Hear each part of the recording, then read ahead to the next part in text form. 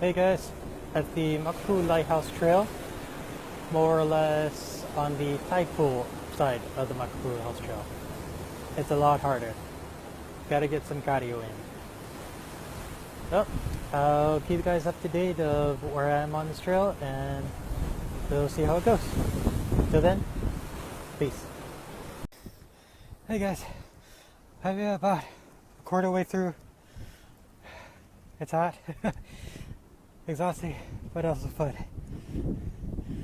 If anybody wants to do this trail, it's a full body workout and awesome cardio. I recommend it for anybody who wants to push themselves. And even if you don't, if you want to try something different, do this. This is different as different can get.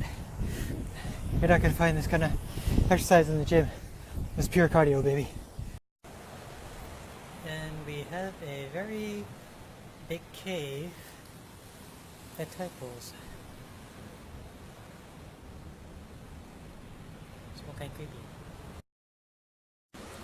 Hey guys, since we reached the end of the road, thank you for being with me today, and I hope to see you guys again soon on another adventurous yet productive day. Mahalo.